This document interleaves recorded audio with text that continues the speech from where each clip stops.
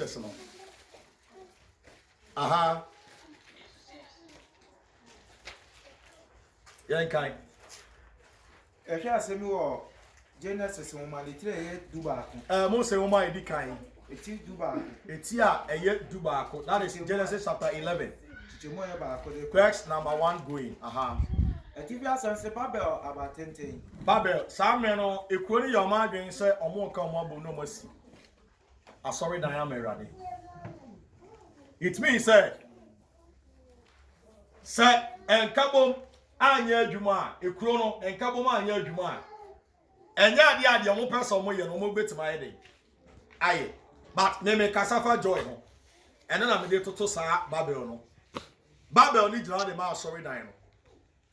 no o to ani re ni fa so a wo wo say your foundation bi da ha a foundation a say the building plan be kire mo anya me boy bi a Friday mo kan me fa me kira sorry no Bronsan ya to aso miensa a 3-story building conference hall also a very nice temple the foundation e da ho no eti mo na ye ni awrade tu ana mo ni ye gene kwa e be fa so be dey e be si aso dan so ai dey am awrade eti se sa de ma ne betima wie pen ya e ye menu mienu e dey yete ya sa ba kokura yi no mfiri mu a ba bi betosin so ne me ya adwen ti de du asafu dwuma ubon se we effacement na we e konsu na we soso eye ade aduane ba na tese ade biara wo se asafo no obia eye emadwuma de ni koso bia na obia eye den eye that is what we call coming together as one to build a church kan yenko na asase nyina so for eti asase no nyina so sa amre no mo ya adwen se ye anokro kasa kro before say obi betimi asi nyame asafo na aso asori bi betimi atim no anye sa asafo no nyina adwen ye baako na otu kwa fa po ye eti na akwa asori bi wo na so mo ye project bi a na efa ne sori ti a wo se project ni yi because adwen ne ye den enye baako na wo bi e kase ye maso a na so obiara eka ne ho se a papa ye beta wachi am ye pagya dan no a wo se ye kon asesi ani aye den ye bi eti aya na ade a Bible ni be so say we need unity and kabom e wo say ye adwuma wasafo say de be ya development bi e be koso onyame fie bia betimetumpo ka ne yenko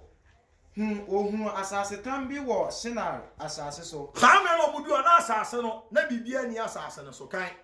na otena ho aha na osese wo ho say e wona na omosese wo ho say wie mama yenye ntaya na ya pra ya te structure yi mu a ya ha as a nice place asase e da ho kakra kai ada na mo me yempe materials bi ni yensi aso dan fefefe e me nyankopon na yento na entire no ye won abo o se na entire no e ye won abo kan na ama ye won dotie aha kan yenko e na o kan say e no o kan say wie mama yenchichiri kuro na yento abate extra say yan wo ha no ewade betimi afa so aye den atechire afa ye so asi asafo a eso mo bura adwene nti ase so se ye nyina ye kan ho bomu a kan yenko na yento abate ntin a efri bedru esponsoro oso eti omo yo ma yin so mbesi abansoro enem ne ma ye be kasa abronsan amen abronsan ya to aso be 3 hallelujah anything about joy ya adwe say David joy nya asafo bi keke eti esi asori dan a ye deserve story building amen it was esi asori dan ya to aso miensa anything ya je asase ato a ya ye foundation kama ato a ye ahobwa say be pagya abronsan na ye den edi esi wo kai na yemfa nyidin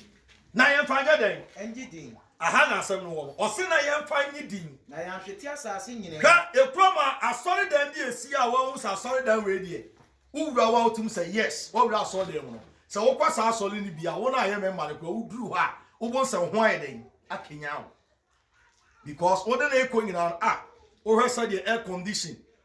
flowers and said you decorate asori dan mu a wo kura na dan kura no wo mo mpa ye kura na mpa ye wa no be den enyo to akwaso etimi di Kenya bi ye den ebre to so me ensi asafo no na yemfa nyi edin enti sa sorry dan na yepese epagya no ene sa abronsan na to so me ensa na foundation da ho no se yepagya de asi wo na enipa be hu se joy masi abronsan to so me ensa asiesi o kama so onyame hia dan a agini fo yenhia na yensomo a wo se mo de sa edan no ebegidin e de amera kan na ya hwete asase nyina ni sadia be ya yebenya ba bi ye be ya asori COVID-19 ba no ye be ba apata wo he ya ye de bre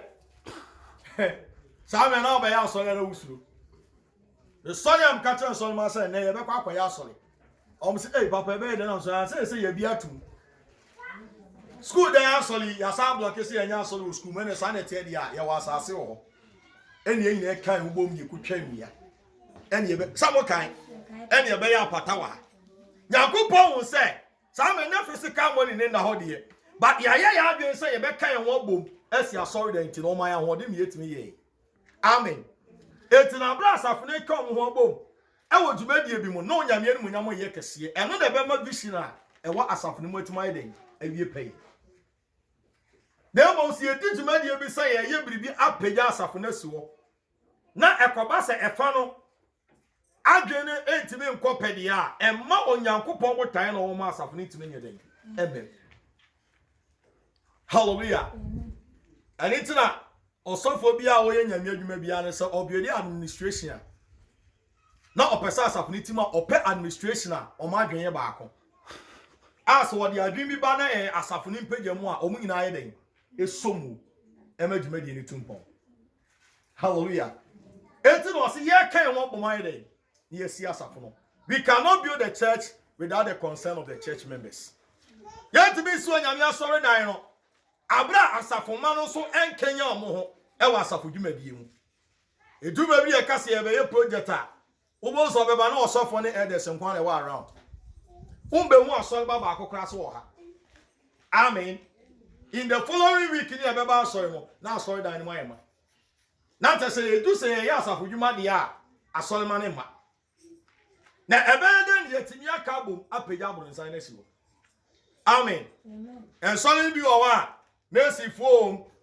carpenter form etubo se dia oye mercy no be ba na ogina nya no odo. The onu so nim dia e wo block so tom no so ginam. At the end of the day na behu no ubo so mapagya asori dan na yeden e de siwo. Etisa asafo na kan e ho ambo na sa adwen na be ye ba ko a yentimi nsie wade asori dan.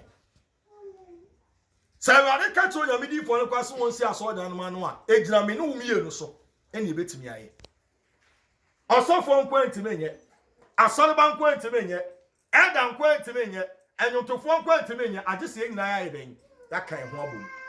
it was say let us all arise and build the temple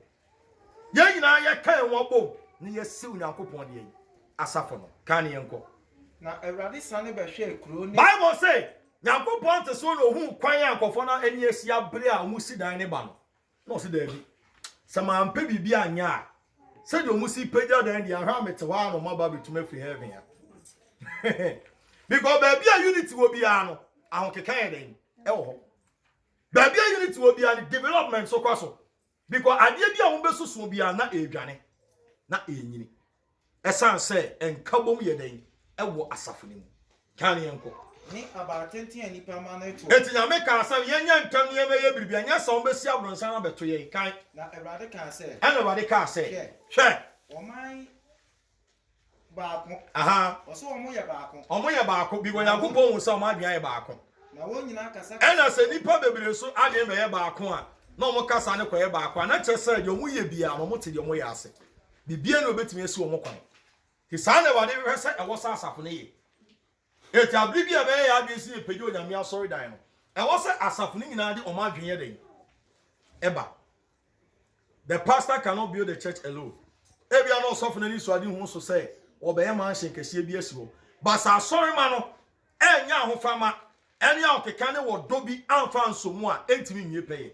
Eti na Yakobon hu say o ma adwen ye baako na wo se wo ye ntem no be ebribi enya saa o mbesi dan na ye den abeto no. Kan na de wa fra ase awi ye ni asa foundation pokro ma to okra no enye easy ka solid one akona hwe foundation na esisi won a wuti so mani abramu vision etu won se asase no mpo mo de eba no se wanye biribi ntem a enkofo no beba betumi wo kai na afei bibiara win to me see ena bibia so ni we betumi asu omo ekwan won de o susu se because na asafo ni nyina kan mo abom se e wo so mu si dan etu omani abre epegya dan ne ko omo kasa e ba ko kan yenko wie mama yensa ne nko eti osemo me yensa ne nko na yenko ye won kasa basa mama enka sikiti bu an kire wo adenti no yakopon se onma omo kasa anya basa that is the spirit of confusion eti asafu bia metin wakaw wayama de me fa nche no saa de mani wo mu no abiri bia no asafu ni ntimi nkoso ti yakopon said the only way obetimi dia block o vision so the confusion be dey e be si o montem na be na confusion aba ye nyina ka asante ka sa afi prekope me hu ya sa afi de wo kan oza we so ka egbe we so ka fante afi de o ka egbe no ene me am don mota no so me ka fante won te me ka sa ti be ya se enye dey ye je adwuma eti abiri bia na ya na bonsam empe asafo a omudi esu omani so se ompe so mo pagya asore dan dey esi wo cause omu nim say nyina so no munya ye den a ehọ na atena na efo kosia abompa ya den esi won kwan eto obefa kwan bia so say o ma sa asore dan ne nyeden